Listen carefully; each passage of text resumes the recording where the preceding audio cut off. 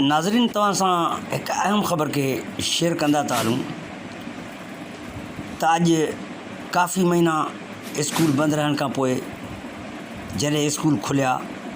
त उनजे पहिरिएं ॾींहं ते डिस्ट्रिक्ट एजुकेशन ऑफिसर प्राइमरी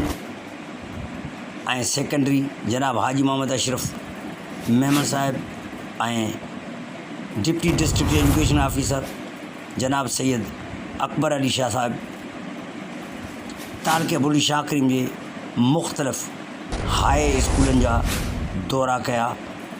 ऐं स्कूलनि जे अंदरि SOPs ते अमल कराइण, उस्तादनि जी हाज़िरी ऐं शागिर्दनि जी हाज़िरी ऐं SOPs वारे अमल जो मुआइनो कयो। Sain Syed Ali Akbar Shah government boys high school Abdul Katiyar में